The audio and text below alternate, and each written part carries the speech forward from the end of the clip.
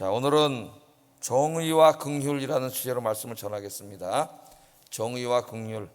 그 앞에는 물론 하나님이 다 붙어야 되겠죠. 하나님의 정의, 하나님의 긍휼. 우리가 믿는 하나님은 정의로운 하나님이시고 긍휼히 여기시는 하나님이다. 그런 관점에서 좀 말씀을 생각해 보려고 합니다. 자, 본문을 읽으면은 본문에는 전쟁 이야기밖에 없습니다. 가나안 왕들과 동방의 왕이라 그랬어요. 어느 왕이라고는 얘기 안 하고 동방의 왕들과의 전쟁 이야기입니다. 창세기 12장부터 누구의 이야기가 시작됐어요? 아브라함의 이야기가 시작됐죠.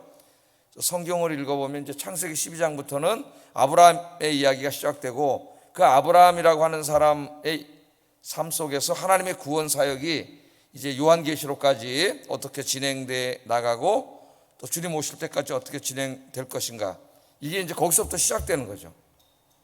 이 성경을 읽을 때 원래는 창세기 1장부터 11장까지 읽고, 그 다음에 창세기 12장부터 요한계시록까지가 하나님의 본격적인 구원 계획이 시행되는 거예요. 그래서 12장과 13장에서는 계속 아브라함 이야기가 있었습니다. 아브라함 중심으로 이제 이야기가 진행됐어요.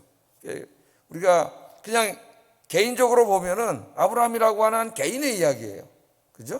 개인의 삶 속에서 아이가 없었고, 그죠? 하나님 또 아이를 주신다고 약속하고, 또 이사가라 그래서 이사가고, 이사간 땅에 가보니까 또 기근이 들어. 그러니까 또 하나님 말씀을 못 믿고 또 좌애굽으로 내려가고, 거기 또 하나님 찾아오시고, 이제 개인의 이야기인 것 같은데, 사실은 그 개인의 이야기로 끝나는 게 아니라 개인의 그 개인을 통해서, 아브라함을 통해서 하나님의 구속사가 이제 이렇게 진행되어 나가는 거죠. 그러니까 여러분 개인의 삶도 그냥 우리가 볼 때는 내 개인의 삶밖에 안 되지만은 하나님 한 사람 한 사람의 인생을 통해서 계획을 가지고 계시고 여러분을 통해 하나님의 구원의 역사를 이루어 가시는 줄로 믿습니다. 그러니까 우리 기독교인의 삶은 굉장히 중요한 삶이에요.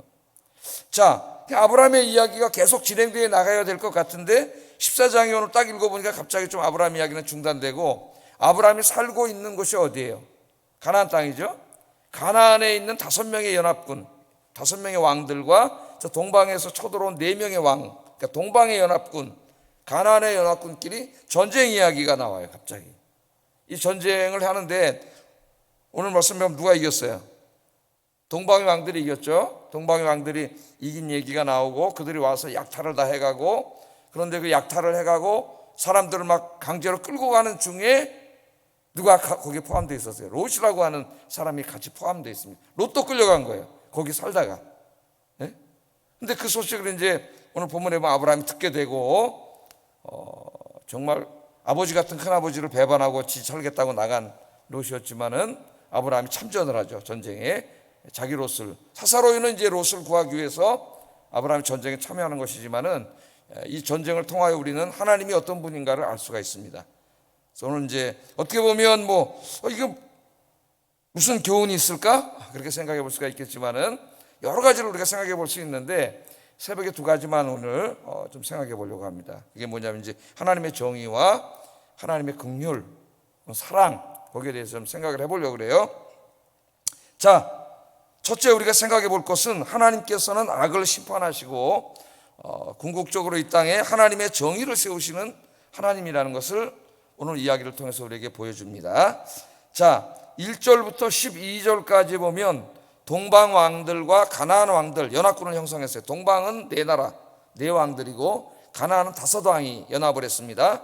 그래서 이제 싸우는 이야기가 12절까지 오늘 본문에 거의 다 합니다. 이 부분이. 자, 그럼 먼저 한번 1절부터 3절까지 우리 같이 한번 읽어보겠습니다. 시작. 엘람왕 그돌라 오멜과 고임왕 디달이 소돔왕 베라와 고모라왕 비르사와 아드마왕 시납과 스보임왕 세베멜과 벨라 곧 소알왕과 싸우니라. 이들이 다 시딤 골짜기 곧 지금의 여매에 모였더라. 전쟁을 했다는 것이 나와요. 그러니까 고대에 이제 전쟁이 벌어졌습니다. 이제 큰 싸움이 벌어졌는데 왜 싸웠느냐 하는 내용이 4절에 나와요. 왜 이들이 갑자기 전쟁을 하게 됐느냐? 4절 한번 읽어보겠습니다. 시작. 제13년에 배반한지라, 그렇게 나옵니다. 그러니까 가나안의 왕들보다는 누가 더 셌어요? 저 동방에 있는 왕들이 더 군사력도 세고 강대국이었던 것 같아요. 그러니까 가나안에 있는 5 왕들이 저들이 무서워가지고 어떻게 했습니까? 무려 12년 동안 그들을 섬겼다 그랬어요. 섬겼다는 말은 뭐예요? 고대 국가들이 이제 센 나라들한테 어떻게 조공도 바치고 막 위협하면 또 갖다 뭐 바치고 해달라는 대로 다 해주고 막. 우리나라도 조선시대 때 중국의 속국이었죠. 속국. 예? 왕이 바뀔 때마다 중국에 사신을 보내가지고 중국의 이 황제 승인을 받아야 되고 독립국가의 왕을 세우는데, 중국의 왕은 만세 그러고 우리나라 왕은 천세 그러고 500년 동안 거의 중국 눈치 보면서 살았죠. 예? 그래서 지금도 또 중국 친중파가 있어요. 이 나라에 이 정신 나간 놈들이 있어요. 지금도. 자, 하여튼 12년 동안 섬기는데 어느 날 좀 힘이 세진 것 같아요. 힘이 세지니까 야, 이제 못 섬기겠다 우리가. 예? 그거 얼마나 힘들겠어요. 해달라는 대로 꼼짝도 못하고 조공 바쳐야 되고 우리 역사가 그렇지 않습니까? 약소국가의 역사가. 계속 그렇게 하다가 12년 동안을 진짜 참다가 에이 도저히 못 참겠다 이제는. 그리고 어떻게 했다 그랬어요? 배반했다 그랬잖아요. 예? 야, 이제 우리 못한다. 배반을 했더니 어떻게 했습니까? 이 동방왕 중에 우두머리가 누구냐면 엘라만 그돌라오멜이라고 하는 사람이에요.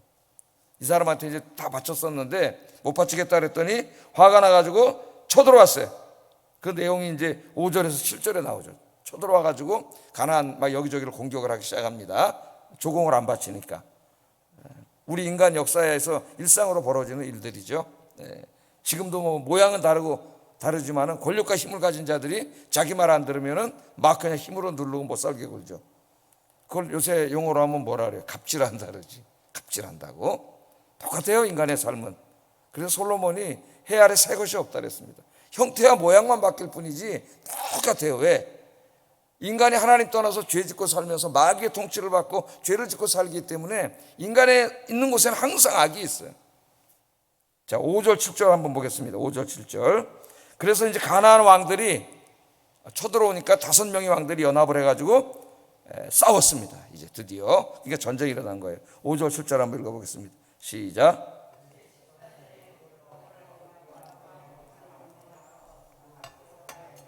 르바 족속을 함에서 수수 족속을 샤웨 기랴다임에서 엠 족속을 치고 호리 족속을 그산 세일에서 쳐서 광야 근방 엘바란까지 이르렀으며 그들이 돌이켜 엔미스밭 곧 가데스에 이르러 아말렉 족속의 온 땅과 하사 손다말에 이르는 아모리 족속을 쳤다 그렇게 나옵니다. 자, 오늘 이 본문에 나오는 동방의 네 왕들이 어느 나라 왕들인지는 오늘 본문에 밝히지 않고 동방의 왕들이라고 이야기를 하는데, 성경학자들은 추측입니다. 정확하게는 모르지만은 앞에 나오는 2명의 왕은 지금의 터키에 있는 왕들이고, 뒤에 나오는 2 왕들은 지금의 이라크의 왕들일 것이라고 주석가들은 대부분 그렇게 추측을 하고 있어요. 그러니까 터키에서 이라크에서 그 사이에 이제 이 가나안 땅이 있잖아요. 양쪽에서 이제 이렇게 연합군을 형성해 가지고 쳐들어온 거예요. 쳐들어왔습니다. 자, 그래서 이제 5 왕들과 연합해서 오늘 염해라고 하는 곳에 모여 가지고 거기서 이제 전쟁을 했어요. 누가 이겼을까요? 8절 10절 한번 읽어보게요. 누가 이겼는지. 시작.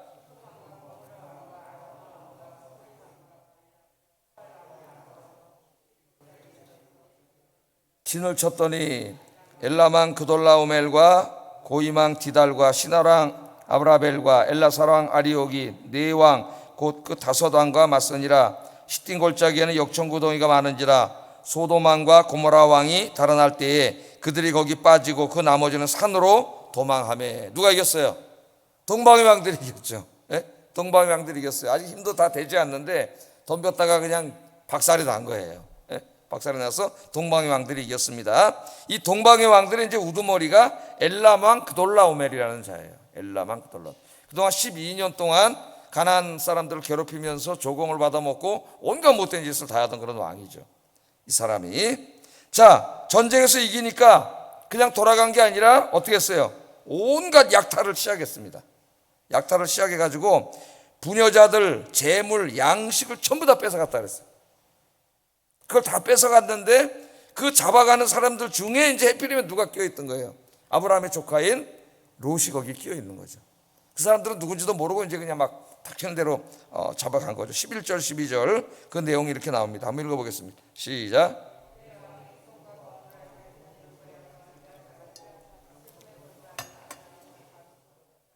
그 재물까지 노력하여 갔더라. 아멘. 그렇게 나옵니다. 그리고 이제 그냥 전쟁 이야기인 것 같아요. 아브라함 모릅니다. 지금 자기가 사는 곳에 아니었기 때문에. 그런데 이제 거기에 살던 한 사람이 깜짝 놀라가지고 아브라함의 조카 롯이 잡혀가는 걸 보고 쫓아와서 아브라함에게 이 사실을 알려줬죠. 지금 전쟁이 나서 가나안 연합군이 졌는데 거기 당신의 조카 롯도 지금 포로로 끌려갔습니다. 끌려가고 있습니다. 지금 가고 있는 중입니다. 그렇게 이제 이야기를 했습니다. 아브라함은 이 얘기를 듣고 이 전쟁에 참전할 것을 결정합니다. 왜냐하면 자기 조카 롯이 거기 있거든요. 그래서 조카 롯을 이제 구원하려고 참전하려고 결심을 하고, 집에서 잘 훈련받은 자 굉장히 많은 종들이 있었던 것 같아요. 무려 318명입니다. 318명의 군대를 형성해가지고 동방연합군들을 쳐들어가요. 그러니까 어떻게 보면 이거 굉장히 무모한 짓이에요. 저쪽은 동방의 네 왕이 연합군을 형성했기 때문에 군대의 수가 엄청나게 많았을 거예요. 그 당시에 그 고대 근동의 최강자들인데 고작 318명, 정규군도 아니고 그냥 자기 종들 중에서 좀 아무리 훈련을 받았다 하더라도 318명을 데리고 전쟁에 참전한다는 것은 이건 그냥 죽으러 가는 거나 마찬가지죠. 그런데 용기를 내서 318명을 데리고 쫓아가서 연합군, 동방연합군 싸워요. 누가 이겼을까요? 누가 이겼는지 한번 보겠습니다. 13절, 16절. 이건 오늘 본문은 다 이 내용이에요. 한번 읽어보겠습니다. 시작.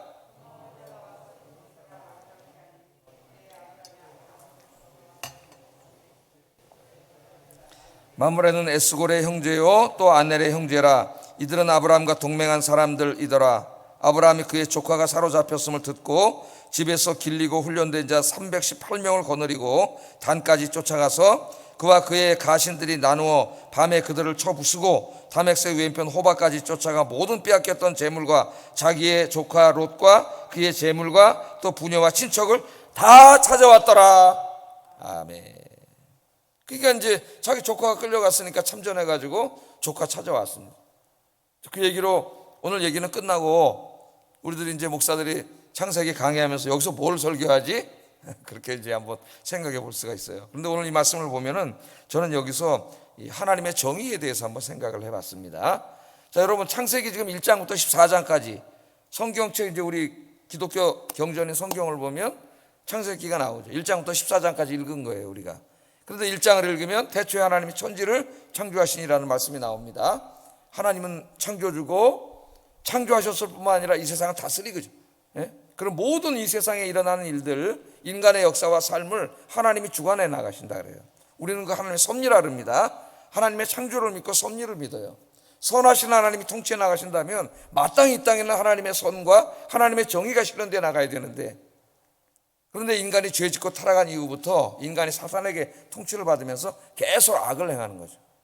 그래서 에덴 동산에서 쫓겨나고 이제 그런 얘기들이 계속 나오죠. 각 사람들이 노아 이후에 셈, 함, 야벳의 그 후손들이 전 세계로 이제 흩어지기 시작하면서 지구촌 전체로 인간들이 이제 점점 퍼져나가고 있는 그때이고, 그들이 이제 가서 모인 곳에서 지금처럼 큰 나라는 아니지만 조그맣게 나라를 만들고 왕을 세우고 막 이렇게 하는데, 고대 사회에서 어때요? 하나님의 정의가 실현되는 게 아니라 이들이 다 하나님을 떠난 자들이기 때문에 힘센 사람이 왕이죠. 정글의 법칙이 지배되는 거예요. 예? 그 힘센 자들이 어떻게 약한 나라들을 쳐들어가고, 오늘 여기 이제 그돌라오멜이 대표적인 사람입니다. 가서 막 뺏어오고 약탈하고 사람 잡아가고 별일이 다 벌어졌겠죠. 온갖 불의가 다 벌어졌겠죠. 우리 인간의 역사를 이렇게 내려다보면 하나님 떠난 이후에 인간의 역사는 이건 매일 이렇게 서로 싸우고 전쟁하고 힘센 사람이 약한 자를 괴롭히고 다 뺏어가고 이런 이 불의한 일들로 그냥 인간의 역사가 꽉 찰 것 같아요. 뭐 지금도 좀 세련됐지만은 전 세계 역사가 힘의 논리에 의해서 지배되고 있지 않습니까? 하나님이 창조하신 세상이고 하나님의 나라인데 이게 다 그냥 죄악으로 엉망진창되고 불의한 자들이 판을 치고 하나님은 아무 간섭도 하지 않는 것 같고, 오늘 여기 보면 우리 마음에 그런 생각이 듭니다. 그런데 여러분 놀랍게도 하나님께서는 아브라함의 마음을 움직이셔서 아브라함이 이 전쟁에 참여하게 하시고, 아브라함이 전쟁을 통해서 누구를 심판하세요? 그동안 온갖 못된 짓을 하면서 불의를 저질렀던 이 사람들 12년 동안 한 것도 부족해가지고 또 군대를 몰고 내려와서 다 뺏어가고 죽이고 이 약탈과 방화와 온갖 못된 짓을 한 이 동방의 이 네 나라 왕들, 특별히 그 엘람의 그돌라 오멜, 이들을 하나님이 심판하시는 거예요. 누구를 통해서? 아브라함을 통해서. 그래서 하나님이 정의를 시행하시는 겁니다. 그러니까 이거 조그만 하나의 사건이지만은 우리는 여기서 우리 인간의 역사가 앞으로 어떻게 진행돼 나간다는 것을 우리가 생각해 볼 수 있어요. 가끔 보면은 정말 불의한 자들이, 힘 있는 자들이 다 이 세상을 장악하고 온갖 못된 짓을 다 하면서 이 권력을 남용하고 또 나라들 간에도 힘센 나라들이 막 약한 나라를 쳐들어가고 불의가 팽배한 것 같지만, 불의한 자들이 승리할 것 같지만 절대로 그런 일은 벌어지지 않는다. 왜냐하면 이 인간의 역사를 하나님 내버려 두신 것이 아니라 지금 이 시간에도 하나님이 붙잡고 계세요. 통치하고 계세요. 그래서 하나님의 정의를 시행하세요.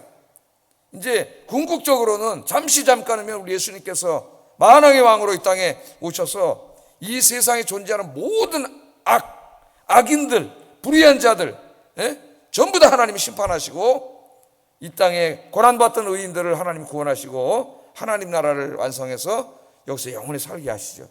하나님의 궁극적인 심판이 있습니다. 하나님의 정의라고 우리가 얘기할 때에 그 정의는 잘못된 것을 바로잡는 거예요. 우리 지금 이 세상을 볼 때 얼마나 불의한 일들이 많이 일어나고 정말 권력을 가진 자들의 뻔뻔함을 요새도 너무나 우리가 많이 보고 있죠. 뻔히 이 못된 짓을 해놓고도 그냥 뻔뻔하잖아요. 요새 뻔뻔한 자만 남는다고 마키아벨리가 그렇게 얘기를 했어요. 그 다 마키아벨리 군주론을 읽은 자들이에요. 끝까지 그냥 뻔뻔하라는 거예요. 뻔뻔한 자만 남는다는 거예요. 하나님의 정의가 실현될 것 같지 않지만 하나님이 살아계세요. 그들이 하나님 두려운 줄 모르는 거예요.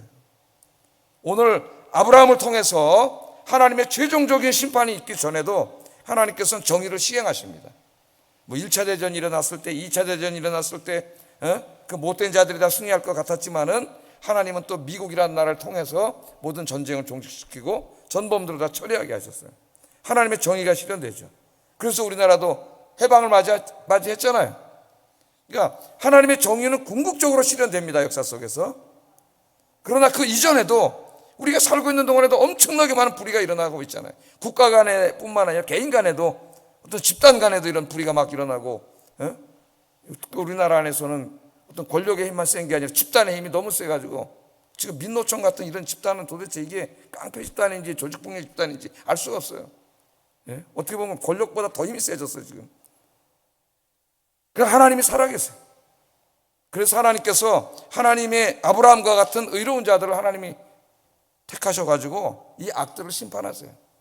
오늘 그 모습을 오늘 우리에게 보여주고 있습니다. 역사가 무질서한 것 같고 불의한 자들이 판을 치는 것 같지만 하나님은 살아계시고 하나님이 다 지켜보고 계시고, 하나님의 때가 되면은 하나님이 또 아브라함과 같은 사람들을 통해서 정의를 시행하세요. 뭐 종교개혁 이런 것도 다 마찬가지입니다. 중세 카톨릭의 그 교회 권력자들이, 교황이나 주교들이 그 권력이 황제보다 더 셌어요. 그런 경우도 많았어요. 그 온갖 타락과 부패가 있을 때 한 신학교의 그 나약한 교수였던 마르틴 루터 같은 사람들을 하나님 들으셔가지고 종교개혁을 일으키시고 불의에 대해서 이야기하게 하시고 하나님이 그렇게 하셨죠. 그래서 오늘 이제 이 말씀 하나 적용하면서 하나님은 정의를 원하시고 궁극적으로 하나님의 정의가 실현됩니다. 악은 궁극적으로 심판받아서 다 지옥에 가게 돼 있어요. 그러나 그 하나님의 나라가 완전히 이루어지기 전까지 우리가 이 땅에 살아가고 있는데 하나님은 저와 여러분들이 아브라함이 되기를 원하십니다. 하나님의 정의를 이 땅에 실현하기를 원하세요. 그래서 첫째는 어떻게 우리가 적용해야 되냐면은 우리 한 사람 한 사람이 남에게 뭐라 그러기 전에 우리 자신이 하나님의 말씀을 읽고 묵상하면서 말씀대로 정의롭게 살아야 돼요. 하나님의 정의를 우리의 삶 속에 실현해야 돼요. 불의를 행하지 말고 거짓말하지 말고 기독교인들은 하나님의 말씀에 순종해서 살면서 하나님의 정의를 행해야 됩니다. 그러다가 죽더라도 우리는 그렇게 살아야 돼요. 오늘 아브라함을 쓰신 하나님께서 오늘 기도하시는 여러분들을 쓰시기를 주의 이름으로 축복합니다. 뿐만 아니라 우리 사회에 하나님 우리에게 맡겨주셨기 때문에 이 사회 구석구석에 또 여러분이 있는 곳에 하나님의 정의가 실현될 수 있도록 우리가 감시하고 기도하고 우리가 참여하고 이런 일들을 해야 됩니다. 할 수 있는 방법은 뭐 너무나 많죠. 우리 민주사회에서는 뭐 선거를 통해서 권력을 바꿀 수 있고 뿐만 아니라 이런 인터넷이나 요새는 막 댓글 이런 데를 들어가서 우리가 자기 의견을 제시할 수도 있고 여러 가지 방법을 통해서 민주사회 안에서 하나님의 정의 실현에 참여할 수 있습니다. 그러다 막 믿지 않는 사람들처럼 막 인터넷으로 욕하고 막 저주하고 막 이러면 안 되죠. 우리 그리스도인들은 항상 예의 바르게 합리적으로 논리적으로 이렇게 이야기를 해야 되겠죠. 그래서 오늘 여기 중요한 것이 하나님은 정의의 하나님이시다. 하나님의 나라는 하나님의 정의가 통치하는 나라라 하는 것을 우리가 늘 기억하시고 여러분들이 세상을 바라볼 때도 하나님의 정의라고 하는 관점에서 하나님의 정의가 과연 이 땅에 실현되고 있는가, 이 땅의 집권 세력들, 권력을 가진 자들, 자본가들, 힘이 있는 사람들, 민노총과 저렇게 집단 떼거지 모여가지고 저렇게 일하는 사람들이 과연 하나님이 성경에서 말하는 하나님의 정의를 시행하는 자들인가를 분별을 할 줄 알아야 돼요. 그 정도는 분별을 해야지. 최소한도 하나님 말씀이 기준이 돼야 된다 그랬잖아요. 주일날 하나님 사랑과 이웃 사랑 맞게 하고 있느냐, 그게 제일 중요하지. 그 이후에 무슨 나랑 어느 학교를 같이 나왔고 무슨 고향이 같고 이게 뭐가 중요해요. 우리나라 너무 불행한 나라예요. 그런 면에서 사람들이 이런 걸 모두 벗어나서 정말 하나님의 정의를 부여잡고, 하나님의 정의가 뭐냐로 성경에 다 나와 있죠. 말씀대로 살아서 정의로운 하나님 나라 이루시는 일에 쓰임받기를 주의 이름으로 축복합니다. 두 번째는 하나님은 환난당하는 사람들을 도우시는 하나님이에요. 환난당하는 사람을 도우시는 하나님. 그러니까 하나님의 사랑이에요. 자, 물론 이제 이 이야기는 아브라함이 조카 구한 이야기입니다만 제가 거기서 이제 조금 신학적으로 적용을 한 거예요. 자, 아브라함이 소식을 들어봤더니 자기 조카인 롯도 끌려갔다는 거예요. 이 얘기를 들어봤더니 12년 동안이나 못되게 굴다가 다 뺏어가다가 그것도 또 전쟁 일으켜가지고 또 박살을 내놓고 그냥 간 게 아니라 또 가면서 재산이고 다 뺏어가고 약탈하고 사람들 다 잡아가고 이런 얘기를 들으니까 불의한 자들이죠. 근데 그 불의를 당한 자 중에 누가 있어요? 자기 조카 롯이 있는 거죠. 롯이. 그래서 이제 14절에 보면은 아브라함이 이제 참전을 결정하는 겁니다. 하나님의 정의를 실행할 뿐만 아니라 어떻게 보면 인간적으로 더 중요한 건 자기 조카겠죠. 가족, 피부치. 이거 구해야 되겠다. 그래서 참전을 해요. 14절 아브라함이 그의 조카가 사로잡혔음을 듣고, 이게 강조합니다. 참조한 그 이후에 듣고 집에서 길리고 훈련된 자 318명을 거느리고 단까지 쫓아가서 그들을 만나서 전쟁을 했는데, 이제 그 전쟁 어떻게 했냐면 밤중에 이제 쳐들어가서 이렇게 작전도 짜고 막 밤에 쳐들어간 것 같아요. 밤에 자니까. 그래서 정말 대승을 거뒀습니다. 이길 수 없는 전쟁. 저들이 어마어마한 군대를 가지고 있는데 318명을 데리고 가서 이겼어요. 어떻게 이겼을까요? 오늘 본문에 안 나오지만은 이제 그 17절 밑으로 14장을 읽으면은 하나님께서 도와주셔가지고 이 전쟁에서 승리할 수 있었습니다.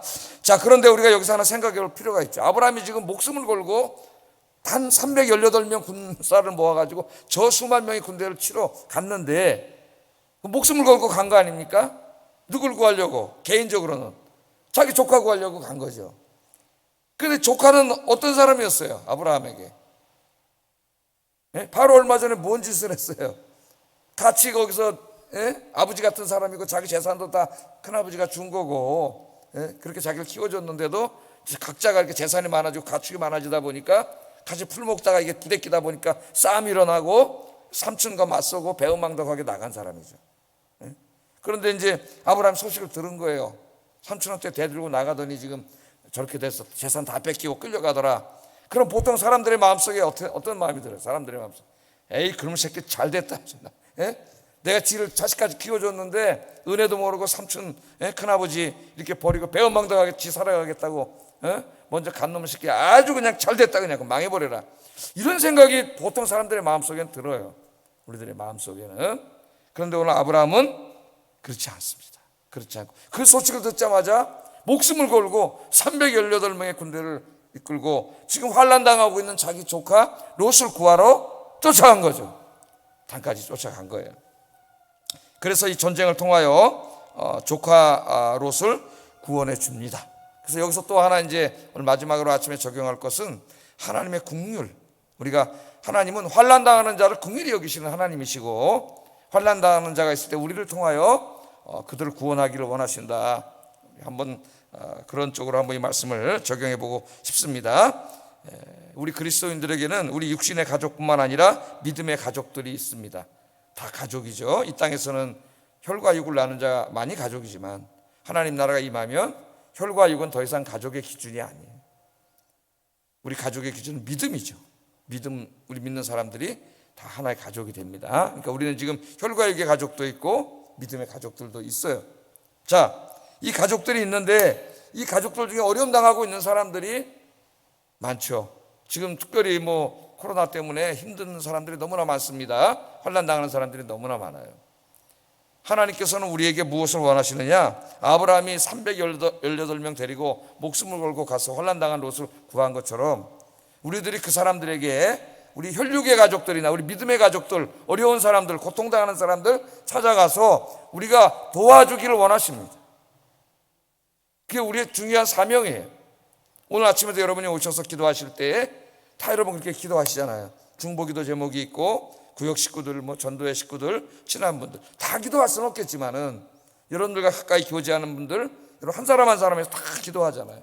어려운 사람들도 다 알고 가장 중요한 도움은 기도죠. 기도, 중보기도 뿐만 아니라 요새 외롭고 고립된 사람들도 많은데 문자도 보내주고 전화도 해주고 가끔 만나서 식사도 한번 같이 하고, 우리가 다 이게 뭐예요? 환난 당한 사람 긍휼히 여기는 거죠. 긍휼히 여기는 거예요. 내 가족만이 아니라, 어떤 사람 가족끼리도 이게 등을 지고 사는 사람이 있는데, 가족만이 아니라 믿음의 가족들 안에서도 이 어려운 가운데 우리가 한 사람 한 사람에게 관심 갖고 살아야 되겠습니다. 여러분이 다 모르지만 저는 이제 담임 목사니까 알고 있죠. 이런 분 저런 분 다 지금 어려워서 지금도 제가 말은 다 안 하겠지만 어디서 이제 치료하고 있는 분도 있고 다 이렇게 어려운 분들이 있어요. 우리의 기도가 필요하고 관심이 필요하고, 하나님은 우리가 나는 편하니까 괜찮아, 이는 그리스도인들의 자세가 아니에요. 환난 당한 자를 긍휼히 여기셔야 됩니다. 그래서 갈라디아서 6장 2절에서 이런 말씀을 하셨어요. 한번 읽어보겠습니다. 시작. 아멘. 너희가 짐을 서로 지라. 짐은 우리 이제 옛날에 요새 짐 들고 다니는 사람 없지만 짐 지고 가잖아요. 그러면 그 무거운 짐 들어주지 않습니까? 요새는 거의 그런 그림이 없어졌는데, 저희 고등학교 다니고 이럴 때만 해도 연세 드신 분들이 이렇게 무거운 짐 들면 저희가 쭉 들어드렸습니다. 동네에서 제가 들어드릴게요. 요새는 도둑놈인지 뭔지 알 수가 없으니까 큰일 나죠. 그랬다가는 들어주고, 버스 타고 가다가도 여러분 다 이러고 다녔잖아요. 버스에 학교 갈 때. 그럼 이제 먼저 탄 사람은 종점에 탄 사람 앉잖아요. 그럼 버스 타는데 여학생 남학생들이 가방이 좀 무겁습니까? 옛날에 그거 들고 타면 그 가방 다 받아줘가지고, 하여튼 저도 앉아가지고 머리까지 가방이 올라온 적이 있어요. 직구준 여학생들이 이제 제 거다 받아주세요 그러면서 올리면 이만해져요. 가방이 이만해져요. 요새 절대 안 맡기죠. 그랬다가 무슨 일이 벌어질지 우리가 살벌한 사회가 됐는데, 자, 이 인생의 짐이 꼭 그런 짐만 있는 게 아니라 말 못하는 그런 우리 정말 너무나 힘들고 어려운 짐들이 많은데, 우리 교회 공동체 안에서 그 짐을 서로 져주라는 거예요. 혼자 짐은 너무 힘들어요. 그러나 옆에 있는 사람이 조금 같이 져주면 같이 이겨나갈 수가 있습니다. 용기가 생기고 힘이 생겨요. 힘들죠, 집사님? 힘내세요. 저도 옛날에 힘들었었는데 제가 기도해드리고 힘닿는 데까지 도와드릴게요. 힘내세요. 그런 사람이 한 사람만 있어도 얼마나 힘이 되겠어요, 사람들이. 그래서 짐을 서로 지라. 그리하여 그게 뭐예요? 그리스도의 법을 성취하라 그랬어요. 율법이 아니라 그리스도의 법. 율법의 정신이 바로 사랑이죠. 긍휼이죠. 그래서 성취하라고 이야기하고, 마지막으로 야고보서 말씀해 보면은, 야고보서 이게 몇 장 27절, 1장 27절 한번 읽어보겠습니다. 시작. 정결하고 더러움이 없는 경건은 곧 고아와 과부를 그 환난 중에 돌보고 또 자기를 지켜 세속에 물들지 아니하는 그것이니라. 아멘. 참 경건은 뭐냐? 정말 내가 성경책 끼고 이렇게 하고 그런 경건이 아니라, 진짜 경건은 환난 당하고 있는 고아와 과부, 누굽니까? 어려운 사람이에요. 경제적으로나 여러 가지 면에서 힘들고 어려운 사람을 돌보고 도와주는 게 진짜 경건이다. 경건의 표시가 뭐예요? 내가 그렇게 하고 있느냐, 이게 중요한 겁니다, 여러분. 참 경건이 바로 그런 거다. 그래서 여러분 하나님 우리에게 주신 또 하나의 사명은 이 아브라함의 사명이 뭐냐면 환난당하는 사람에게 관심을 갖고 기도하고 여러분 사랑을 베푸는 겁니다. 이 사명을 잘 감당하시는 저와 여러분 되기를 주의 이름으로 축복합니다. 기도하겠습니다. 자, 인간의 삶과 인간의 역사를 주관하시는 하나님이 역사를 주관하시면서 특별히 하나님의 정의를 하나님이 실행하기를 원하세요. 그래서 이 하나님 아무리 불의가 이 땅에 가득 찬다 할지라도 하나님 의지하고 살고 특별히 하나님 의지하고 살면서 하나님의 정의를 행하면서 살게 하소서. 여기 정의를 하나 더 써놓아 주세요. 기도 제목에 하나님을 의지하면서 하나님의 정의를 시행하면서 살게 하소서. 그거 하나 더 넣어주시고, 두 번째는 아브라함처럼 환난 중에 있는 육신의 가족, 믿음의 가족들에게 관심을 갖고 그들을 돕는 삶을 살게 하소서. 우리 같이 기도하겠습니다.